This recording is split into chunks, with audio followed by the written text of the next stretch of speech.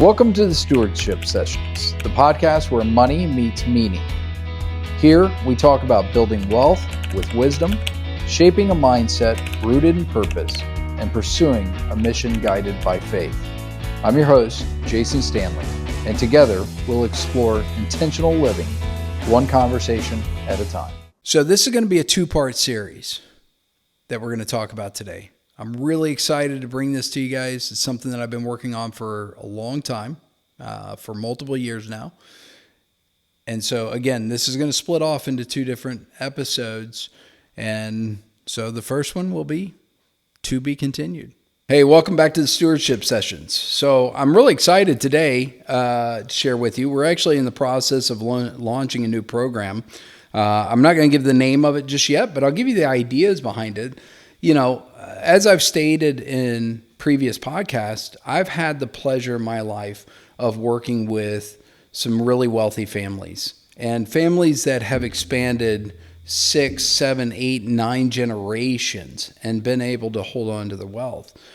And in doing so, I got to learn a lot about how they accomplished that, what they did, the tools that they put in place, how they taught their kids about money, how they, worked as a couple, as a husband and wife, and how it expanded out to all of their family and what that really looks like. A lot of people have some misconceptions around that.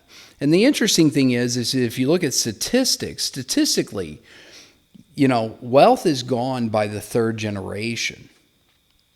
And so what we're building is based on 3 guiding principles. And the first being, you don't have to make a lot to build wealth is the first part.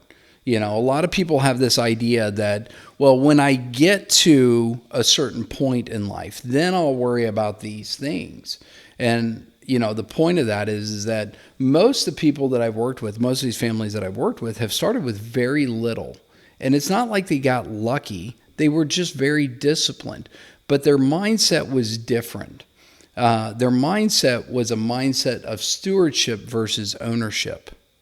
And so in today's world, in today's society, most everything that we hear about is about accumulating, right? I became rich. Let me tell you how I got rich, and all this other stuff. And we have this idea that we have to go do this thing on our own, and we don't recognize the power that we have in our families and what we can do there. And when we focus on ownership, what we're doing is we're actually lying to ourselves, because at some point in time, all of that is going to be passed down, and it's either going to be passed down in a smart way or an irresponsible way. And most people do it in an irresponsible way. And that's why most family wealth is depleted by the third generation, if not the second, So we're going to focus on the things that you have to do as a family in order to build that. Again, this entire podcast is about thinking differently and looking at the world in a different way, right? And if you do these things and you take some of the things that I've talked about to heart and you actually put them to practice, what you'll find is your life will change in a lot of different ways. And I'm not saying that it's always going to be easy, but it gives you a different perspective. It gives you a different focus point. And wherever your focus goes, there goes your energy. And whatever you're giving energy to is what grows. And so most people live in a scarcity mindset. Most families live in a scarcity mindset. Most families deal with their children in one of 2 ways, especially when we talk about middle class type families. They look at their kids and they say, well, I started from the bottom. Now you go start from the bottom. Or they say, here, have everything. And that just enables them. It doesn't teach them. So how do you teach stewardship? And it starts with some basic stuff. The other principle that we're building this program off of is that mindset matters more than your income. How you look at things, how you manage the world, your internal world, how you manage your internal world is better than what your income level is, because your internal dialogue, how you think about things, how you process things, will determine your ability to manage more later on. And again, this all ties into what we've talked about throughout the past year and some change. And that is compounding returns. Little behaviors done consistently compound into great returns and compound into great things. Little behaviors done consistently will compound in your life. And you can do the same thing for your family. And I'm ever amazed, if you recall, in one of the earlier podcasts that we did, we talked about taking time to set out what your family mission, values, goals are. What do you want to be as a family, right? So maybe you don't have kids yet, or, maybe you do and they're young, maybe they're too young to start talking about money. But why wouldn't you start talking about what your family mission is? Why wouldn't you share with your children the amazing gift of what happens when we give, right? And what that looks like, and why we do those types of things with our money, and why we do those things with our time. Why do we volunteer? Why do we give money? Why do we do these things? Sharing that with your kids, not just showing them that you're doing it, but telling them the reason behind it and how that fits into your family mission, your values, and your goals as a family, right? What kind of legacy do we want to leave this world with? And how do we want to raise our kids? By doing that, you're teaching stewardship. And stewardship really is just understanding that you don't own anything. You might on paper own some stuff. But the reality is you're going to depart this world, right? They say death and taxes are the only thing that are certain in this world, right? And so we're going to leave this world. And so we need to be able to set up our children to be the most successful. The Bible tells us that a wise man will leave his children's an inheritance, right? But it doesn't say just leave them money. It gives guiding principles on how you teach the next generation about how to be good stewards. And so it's been really cool because we're working with families now where, they're sitting down with their grandchildren. And the grandchildren are getting excited because they're getting to pick out different charities or things that they're passionate about that they want to be able to leave money to, that they want to be able to donate money to. And so, again, if you start with something basic like sitting down with your family and saying, hey, let's write out what our family mission, values, and goals are. Think about that if you do that as a couple. Just as a couple. Divorce rates are sky high in this country. I think it's more than 60% of all marriages end in divorce. Don't quote me on that statistic. I may be right. It may be lower than that slightly, maybe 50%. I think it's probably actually higher. And the reason is you have two people that have two different ideas, two different sets of goals. And most people don't ever take the time to put them down and talk about what they want to do together. And I don't mean just talk about it. I mean, take the time to write it out. Nobody goes into business without having mission, values, and goals, right?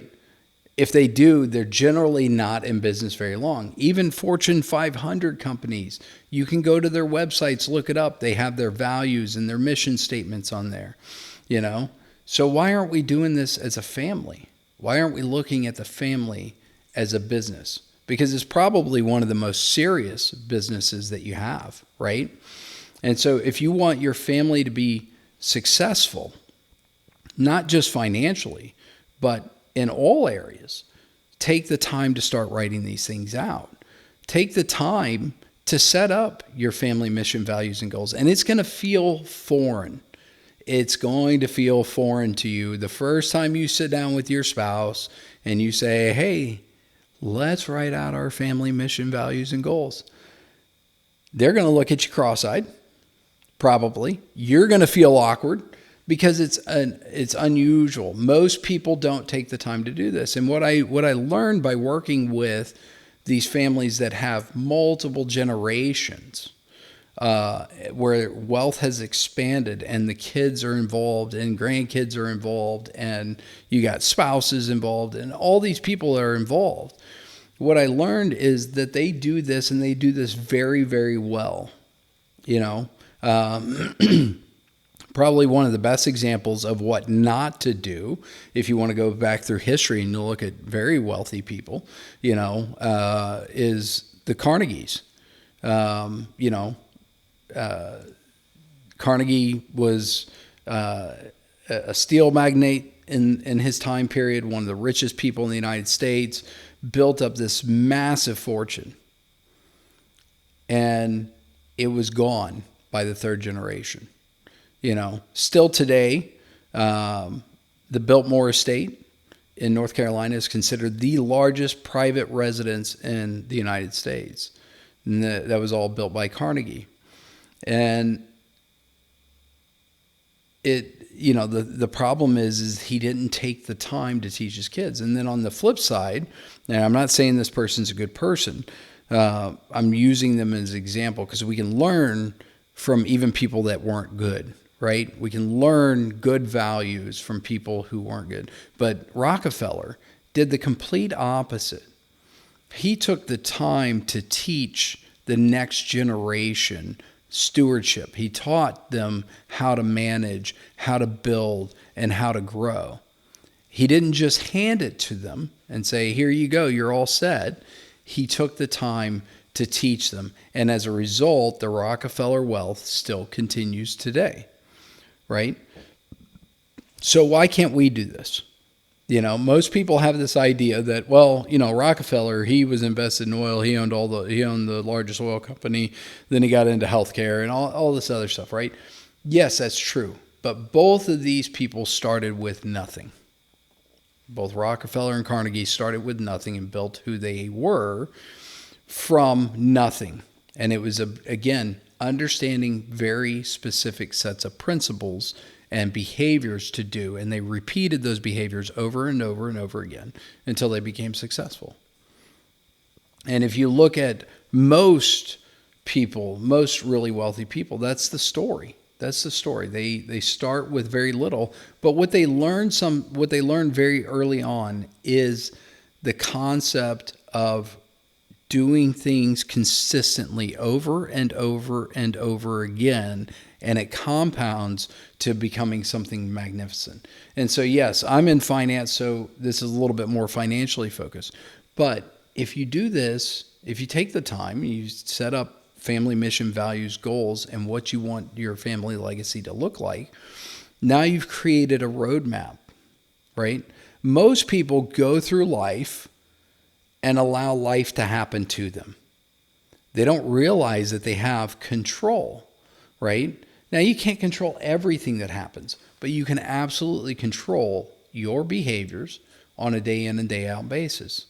And it's, again, shifting mindset. When we look at the past episodes where we have talked about different ideas of looking at the world differently, stop looking at the world as a consumer, start looking at the world as a builder, right? Stop looking in scarcity and start looking in abundance, right? And what do those things mean?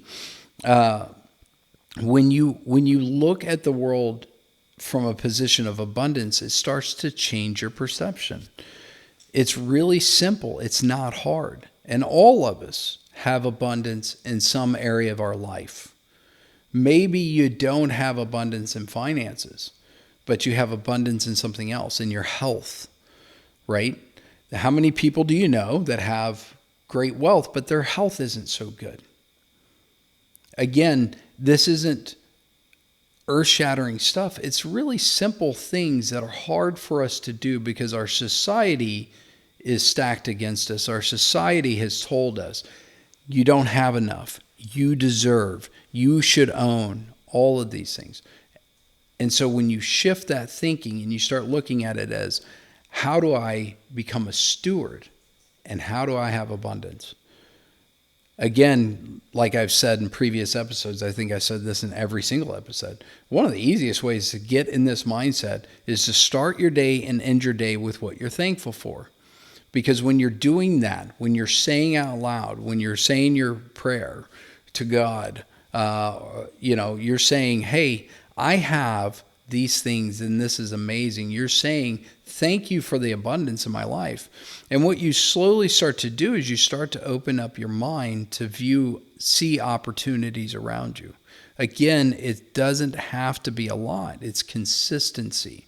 Most people don't truly understand compounding returns. I'll give you an example. My 18-year-old who knows everything about everything right now, right? Because he's 18 and he knows more than I know. I didn't know that, but I'm very thankful God put him in my life to teach me all these valuable lessons. We were having a conversation about how to invest money. And he was like, Dad, did you know you can do this? And he was talking about day trading. And he was talking about how these get rich fast kind of schemes or plans, right? The reality is those things really don't work. And I've had the experience in my life to see people who've tried them. And I've tried some of them and I realize that they don't work. What does work is consistency. So I sat down, I showed him, hey, if you started with just this amount per month and you invested it regularly, here's where you'd be in 20 years, right? So 38 years old. Here's where you'd be at 38 years old. And then you could use this to go buy what you want to be able to buy without having to sell it. Again, it's how you use assets, how you build assets. And I could see the light bulb going off in his head whenever I taught him that. But most people won't stick with those things because it takes discipline to do, and it takes goals. Because if you don't have goals, I use this with our clients all the time when we're talking about their financial goals. If you don't have goals, you're just driving. It's like you're going on a vacation. You don't know where you're going to go. You just take off driving. You make a turn here, you make a turn there, and you just keep driving. And I always joke and say you end up in one of two spots. You either end up in Palm Springs or you end up in downtown Detroit. I've only met one person throughout my entire career of using that analogy that has said, oh, I really like Detroit. Most people, that's not the top of their list to go visit. But most people like Palm Springs. And so in today's world, you get in the car, you set the GPS. You know what the goal is. Get to Palm Springs. Now, along the way, there's detours because of construction. There's slowdowns because of traffic. You don't hit the first slowdown, the first detour and go, oh, that's it. This isn't going to work, and go back home. No, you make small adjustments. You get back on course, and you're able to make it to your destination. And the same thing goes with your entire life. By taking time to write out what your goals are as an individual, as a couple, and as a family, start to give you the roadmap to get to where you're going. It doesn't mean that there's not going to be slowdowns, that there aren't going to be life events that happen that cause you to have to adjust your course. But what it gives you is a focal point. It gives you a destination that you're trying to get to. And when you do that, suddenly the emotion comes out of it. Again, if you went on that driving vacation, you were driving to Palm Springs or wherever it is that you want to drive to, that you really like going to, and you hit the first detour because of road construction, you don't get mad about it. You just say, oh, okay, well, I guess it's going to, we're going to have to make some adjustments to be able to get to where we want to go. Again, you're removing the emotion out of it. You don't go through life all of a sudden and go, well, you know what? I really deserve that new car, or I really should have this. You start to remove the emotion from it. And one of the things that we've talked about in previous episodes, this is like a culmination, a lot of stuff that we've talked about over the past year. But you start to remove the need for those things that are not productive to you. I'm not telling you not to enjoy life.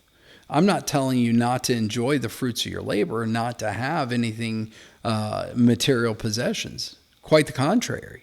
What I'm saying is, wherever your focus goes, there goes your energy, and whatever you're giving energy to, you're giving life to. And most people, what they do is they live in that constant emotional state where they don't use discernment and they don't use logic behind why they're doing what they do. You know, in sales, I used to be in sales. And in sales, we always said that people buy emotionally and justify logically.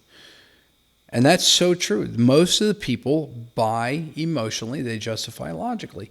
They look at the things that they want. They think that if they get that, then they'll suddenly be happy. If you remember just a few episodes ago, we talked about the difference of joy versus happiness. Happiness is fleeting. Joy is something that's lasting. And so they go through that stage where, well, if I could just get this. And what they're actually hoping is that if they get that, people will notice them and think differently of them. And the reality is, most people aren't thinking about you.